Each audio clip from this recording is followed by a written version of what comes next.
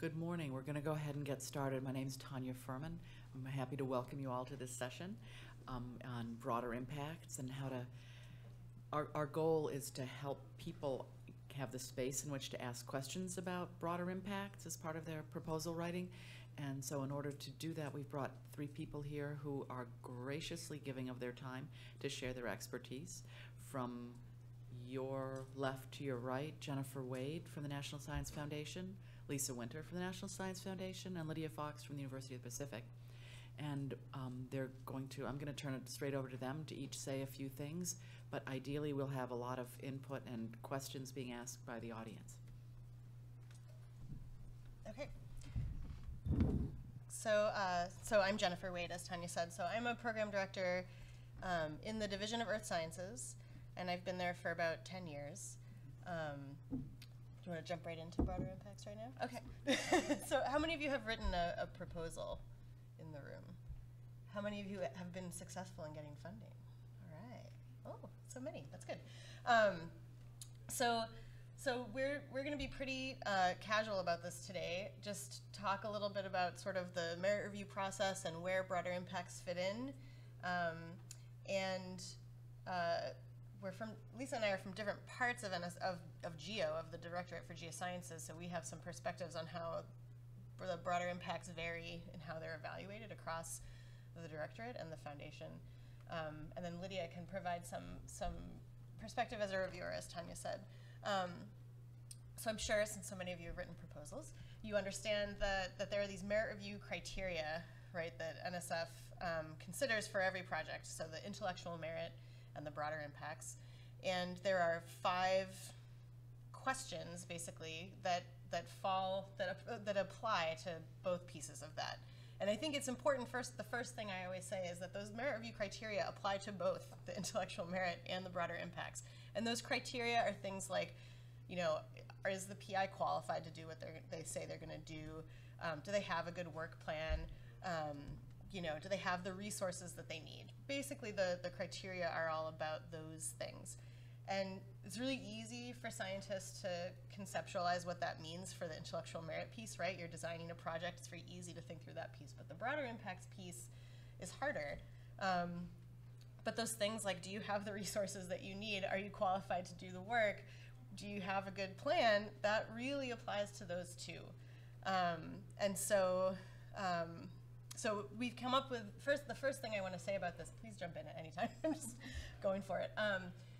So I put up these 6 categories of broader impacts because one of the first things I want people to understand is that there are a lot of different forms that broader impacts can take depending on what kind of project you're proposing to do. And the line at the bottom might be in small print, but I think it's one of the most important points to make, is that it's better to do 1 or 2 of these well than to try to cover all of them at once. What the reviewers want to see and what we as program directors want to see is a well thought out plan to do something impactful. And so I'm just going to step through these 6 things briefly and then turn it over to people. So the first, right, teaching and training. So are you involving students? That's great. Do you have a plan for involving them? What are they going to do? Like, not just, I'm going to involve undergrads in my research. Well, are they going to prepare samples? Are they going to have a thesis project? What's that plan? Broadening participation of underrepresented groups is great. But remember, you need a plan for that. So how are you recruiting those underrepresented groups? How are you going to ensure that they are comfortable and interact well with everybody else? Building partnerships, right? Your project may involve international collaboration, collaboration with federal agencies, or collaborations across institutions, within your state or across the country. So that's an important one. Broad dissemination to enhance understanding. This could be you have a blog, you have a collaboration with a museum, and you're going to build, or like a national park, and you're going to build some kind of informational stuff, right? So broad dissemination beyond just the scientific community. Enhancing infrastructure, so this is another broader impact, right? Are you building something, buying something that's going to enhance your institution, your lab? You're getting equipment, and that could be for you, or it could be, maybe you're building a network in a developing country and training students in that country to maintain that. That's huge. That's a broader impact. And then there could be local impacts about what you do, right? Maybe your science is going to impact and inform policies that are made at the state and local level, or you're going to do something that will help people mitigate hazards, any kind of hazard, volcanic hazard or a water quality hazard, stuff like that. So those are sort of the six that at least in their sciences, we sort of see broader impacts fall into those categories. Lisa, you want to talk a little bit about what you guys see in? Sure. So my name is Lisa Winter, and I am a program director in atmospheric and geospace sciences. My program is magnetospheric physics, so it's basically space physics. The types of broader impacts that we see really depend on the types of proposals that people are putting in too. If you're putting in, for instance, a career proposal,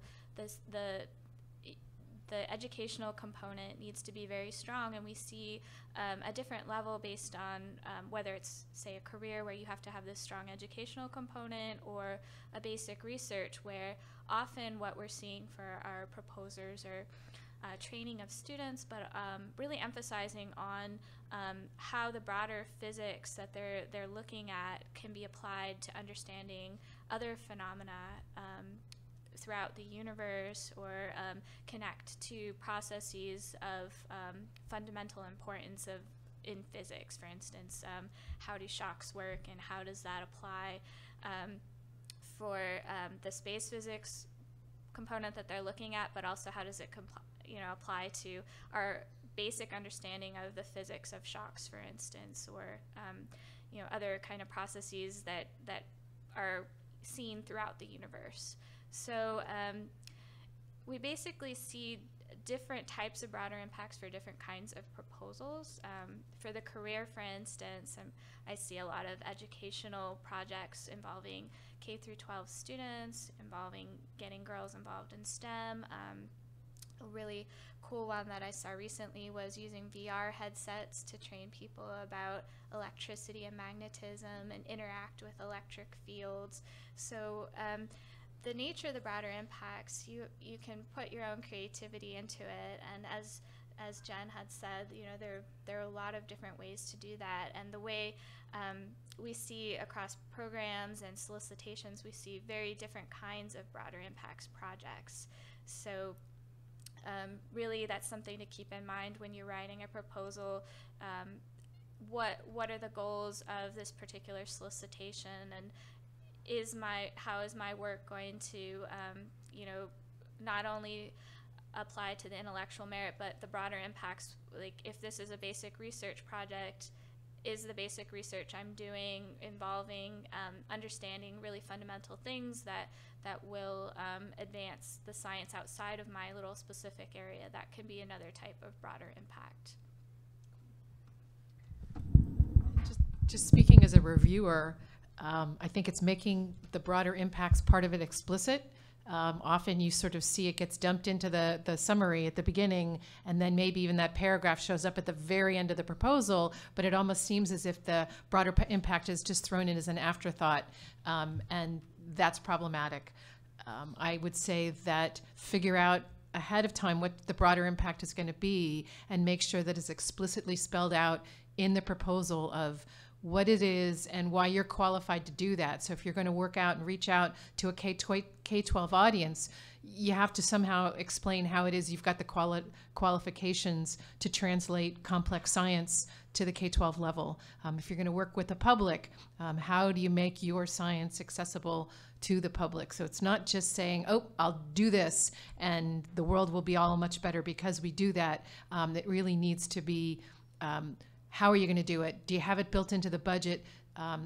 Are you actually able to do it? That's kind of sort of hitting on the criteria that Jen mentioned. Can I speak to that for a second Yep. too? So the piece about, are you qualified to do what you're proposing to do? You also shouldn't expect to be an expert in all of this educational stuff or communication stuff.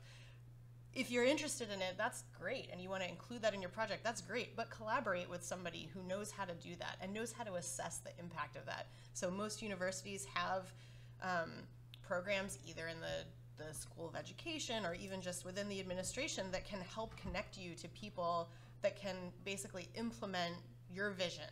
So if you have some brilliant idea that's going to involve K through 12 ed, partner with somebody and include money for that partner in your broader inputs. This is not an unfunded mandate from our perspective, right? Like, that's why we have a budget for it. It's why it's included in the merit review criteria. We expect you to ask for support to help do that. There's something else that you just said that I wanted to comment on. But yeah, so asking for money, collaborating with the people that know how to do what you want to do, I think are things that people, they think they can't add, like, oh, I shouldn't ask for money for it. It's just an ancillary piece. I remember. So the not tacking it on the bottom, I cannot agree with that more. and I think a really successful broader impacts component to a project should be like a loop that you close. So the work that you're doing is sort of impacting something over here, one of these 6 categories, but then that should also feed back into your project. It shouldn't just be a one-directional thing, right? There should be something that is an outcome of that piece that then influences the science part. If you can achieve that loop, that's a really successful and impactful broader impacts thing. You know, we don't make this requirement, we as a foundation, we don't make this requirement just because we're told we have to. We see science as an important piece of society, and the better that you can integrate that with the project, the better. Are there questions? We've just been talking at you for a while. Are there, yeah. Can you speak a little bit to geoscience educational research projects where the question of the intellectual merit kind of overlaps with the broader participation? So, how to make it so it's not repetitive? Sure. So the question is about, in specifically geoscience education projects, which is really about the science of the education piece, how do you make it so that the broader impacts are different from just what the overall project is? Right, because they inherently have broader impacts. Yeah, that's a great question. And probably a question best asked of the people that manage the education programs. But I would say that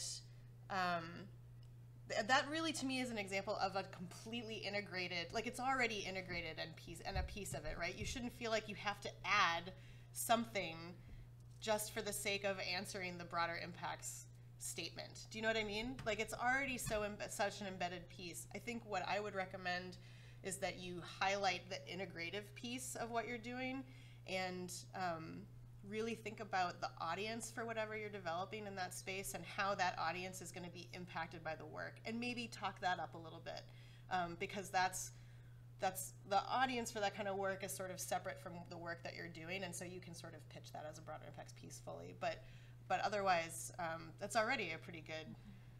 It's a pretty good project. There are 2 people here, actually several people at AGU, Aisha Morris and Brandon Jones, who are the geosciences education people, and then John Weishample is in the Education and Human Resources Directorate. So they're here this week. You could absolutely get more information from them at any time. We are running a workshop that's bigger about sort of proposal development and stuff tomorrow morning from 9 to 12, and they'll be there. So that would be a great time to ask questions like that. Yeah. Yeah, the title of the session actually has evaluation in it. Can you talk a little bit, you were talking about like how you know you can be successful and things like that. Can you talk a little bit about how evaluation, which I think a lot of people aren't familiar with, fits into what you're talking about? Can I just clarify? Yeah. Are you talking about evaluation of the broader impacts, or like from external evaluation, or evaluation of your own work within the context of the project? I mean, I guess whatever you meant by putting evaluation in the title of this. I thought external or internal evaluation, as Sure. NSF likes to see and propose. Oh, sure. So the feasibility of, how do you know that your broader impact had a broad impact? And I guess the way I would read it is, respond to that is not just saying this is what the broader impact is going to be, but also make sure that you're measuring that. I think it's folding that all into the project. So it's not, again, not just an add-on, but if you're going to make a broader impact, how do you know that you've actually made that broader impact? To have an evaluation piece and make sure that you've got somebody involved who can do that. And so either looking externally or somebody in your assessment office may be able to help. So I would also, I'm sorry that I can't see you while I talk to you. Can I stand up here? This is a hard, it's a funny setup. Okay, so part of the evaluation, there are a lot of different metrics for all of these things, right? Like I think we could think about right now, if we went through these, what are the things you would want to measure? Just as an exercise, right? So teaching, training, and learning, you know, the assessment that we would want to see if I were evaluating a successful broader impact. So how many students were engaged? Did they graduate? Did they complete a project? Did they stay in science? Things like that. Broadening participation the same way. I would want to know, you know, of the people that you reached out to, how many actually got engaged in the project? Did the numbers of whatever underrepresented group you're interested in, did they increase over a certain amount of time, right? These are the kinds of things you would want to track. If you're doing the broad dissemination piece, like you're building something that relates to communications, you've like got a blog, or you built like a Snapchat channel about your fieldwork or whatever, or a museum exhibit. So we'd want to know, how are you evaluating how many eyeballs got on that stuff? How many people saw what you did? And then not just how many eyeballs, but how many people actually interacted with it, carried it on later, revisited. And there are ways, a lot of people that are, you know, work in museums and work in communications have those ways of doing that. So we would want to know, those are just 3 examples from here, we would want to know that you've thought through how you're going to evaluate success. Just like you would in a science project, right? Will you know if you're successful? How will you know if your model is right? How will you know, if the analyses that you made are correct? It's the same thing here. It's metrics. There's a whole like field of people who do those kind of metrics. Sorry. So my question is, with timeline of understanding what these impacts are, often like evaluating, you don't really know until well after the project is done. Have you guys thought of like how to extend to make sure that those sorts of measures are captured, or moving beyond just? Yeah, it's hard. You know, we were just talking yesterday about so say I gave you a 3-year project, right? And you have to write your annual reports and you submit your final report, and then you can't update it, right? It closes, and you can't update that award with new information, even though it probably takes you like 6 years to finish work that is related to that project. It's hard. The one real mechanism that we use internally is the results from prior support section of a project. So when you write a proposal, if you've been funded before, there's a section called results from prior support where you have to explain the broader impacts and intellectual merit of that project. And it's there that you can demonstrate success in the past.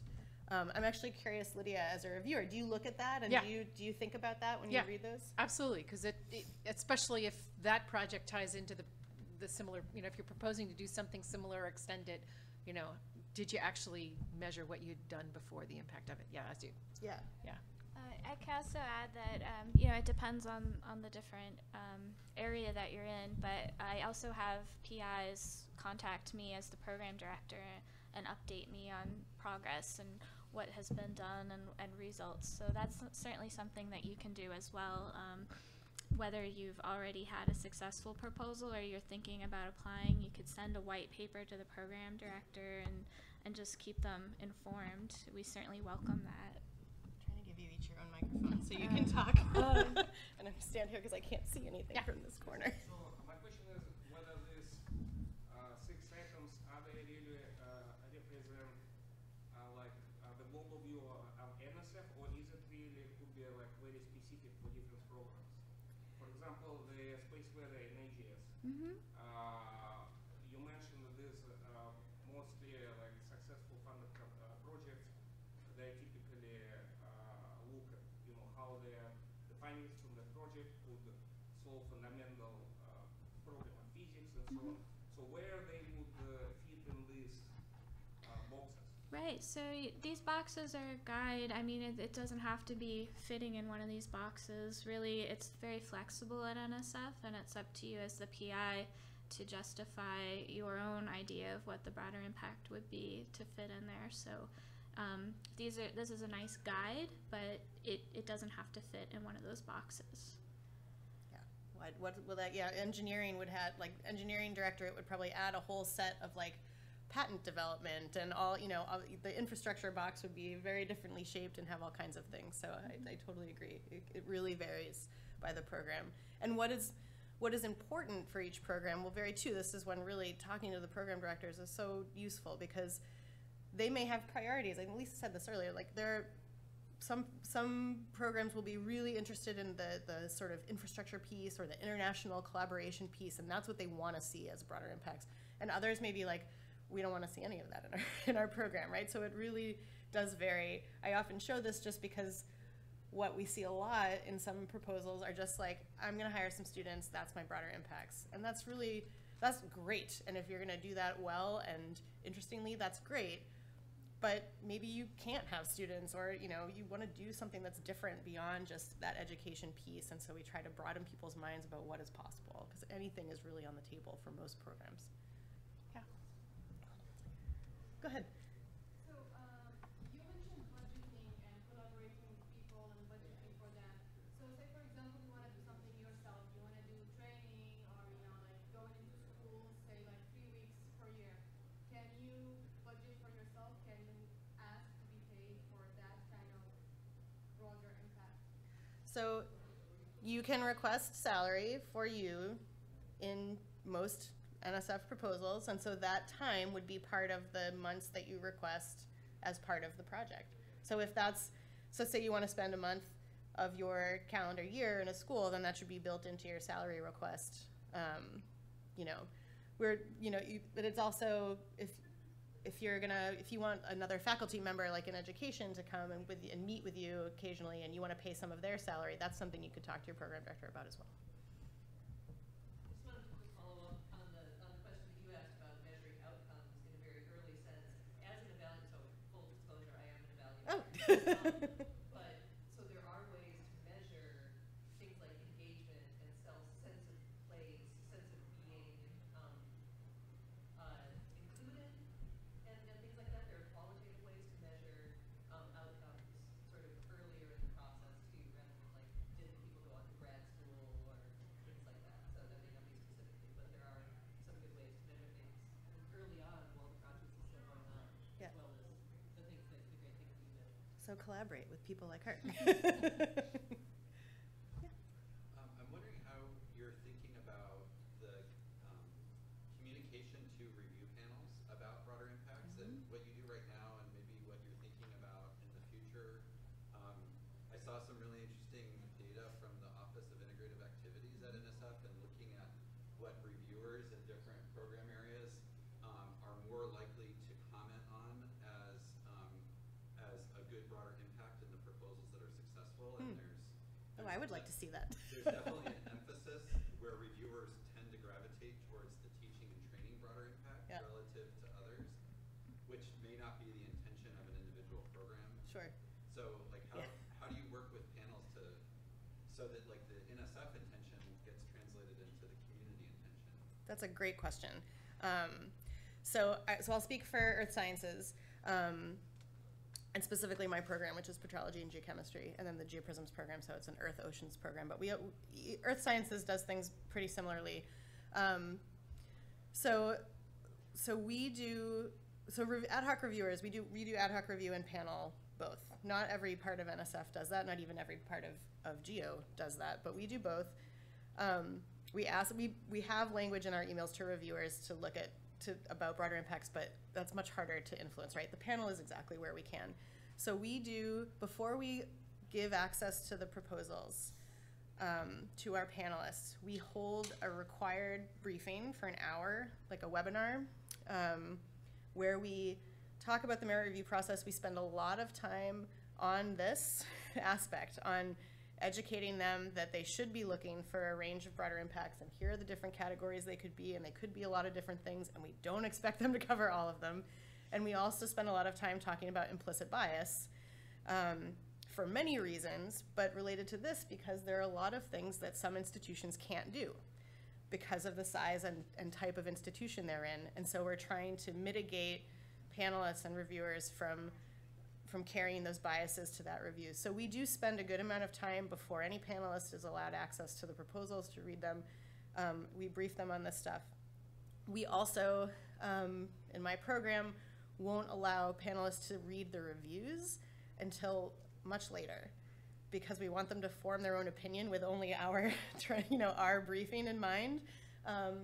Because we find that it does, especially in the broader impacts, they tend to sort of take a broader view and think a little bit more critically than when they get into the reading the reviewer comments that may just be like, oh, I only care about the teaching, or why are they doing this? And there's still people who think the broader impacts are dumb, and why is NSF investing in them? So we're trying to, like, one panelist at a time, crack at that. I'd be interested to hear, you guys are reviewers, I'd be interested to hear if any of you have advice about how to do that, or if you feel like you're not well instructed, or if you have been well instructed on that. I would be interested to hear. I want to hear from these first. Oh, go for it.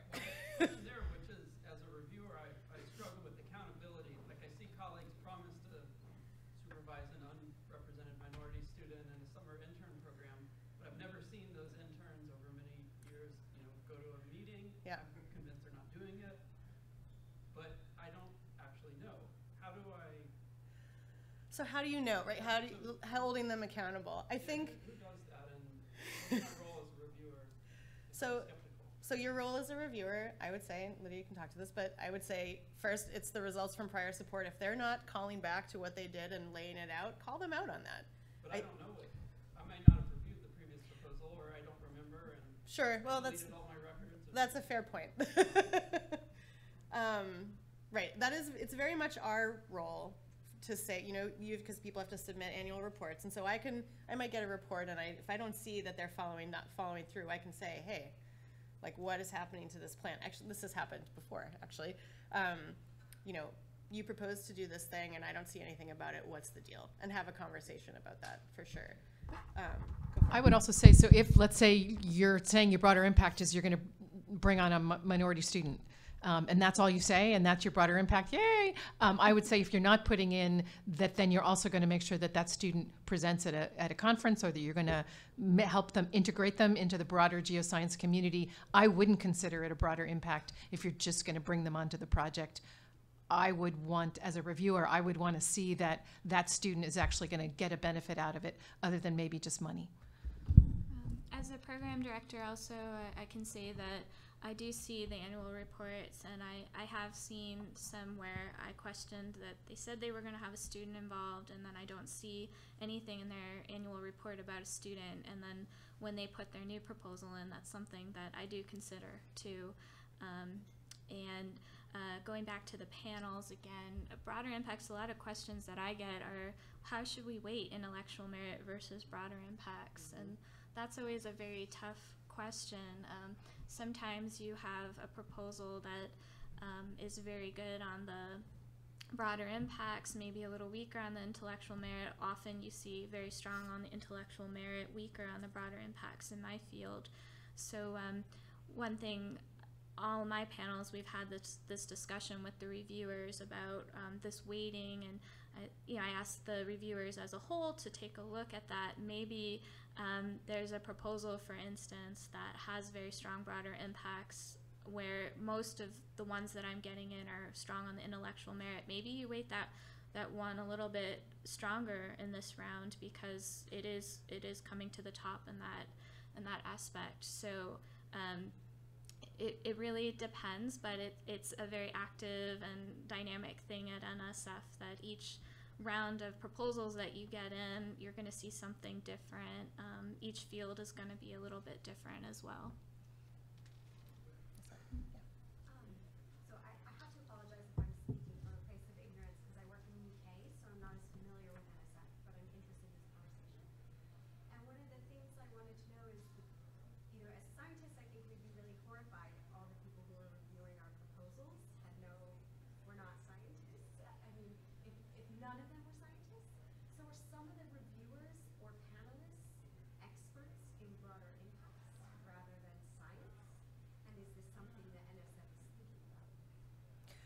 that's a great question. So in case you couldn't hear that, are some of the reviewers experts in broader impacts and not just in the intellectual merit science side?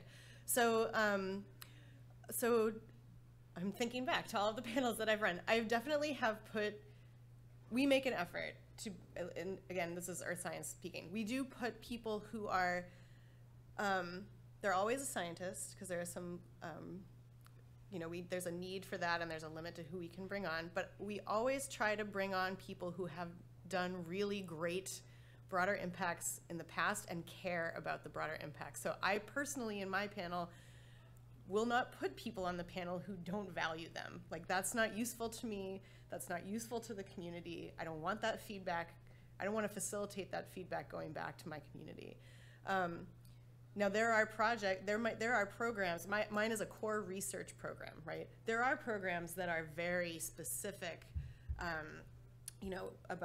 about education or about building partnerships, certain programs where all the proposals are invested in that, and absolutely those panels will be stocked with people who, may not even have a PhD, but are experts in some aspect of this. It really depends on the goal of the program.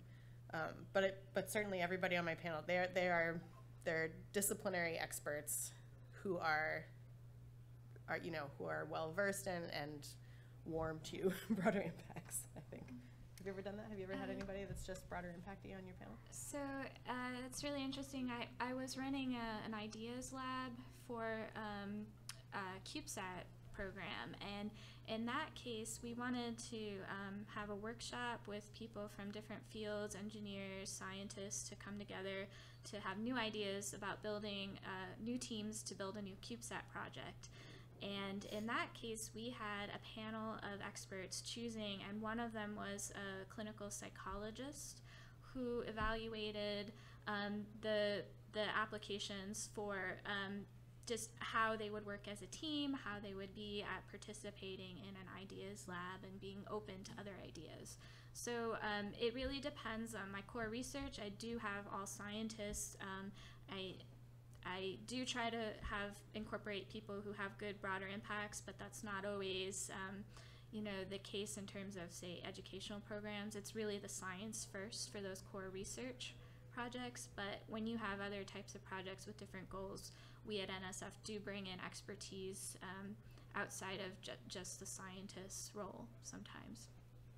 That's interesting. The clinical psychologist, I want to do that. What else can we, Lou, do you want to say? Any other, what else can we tell you about this? Yeah. One small question. Yeah. So I see international collaborations and developing countries and such outreach in a different language. Does that also count as broader impact? Say you're blogging or you have a YouTube channel. Is that something you can do? Absolutely. Yeah. So my program funds a lot of work that that might relate to volcanic hazards in Central America and other places. And oh my gosh, having someone in the language, right? People that can translate that's so much more impactful. That's such a strong broader impact. Thinking about the in-country expertise that you need, and absolutely developing stuff in other languages. That's awesome. I would love to see that in proposals. Yeah. Oh, and it's almost 12:30 anyway. Yeah. Probably have to yield the room. Okay. Thank you. I want to thank you all for attending, and thank you for your questions, and I especially want to thank the panelists for coming out today. Of course. Thanks, guys.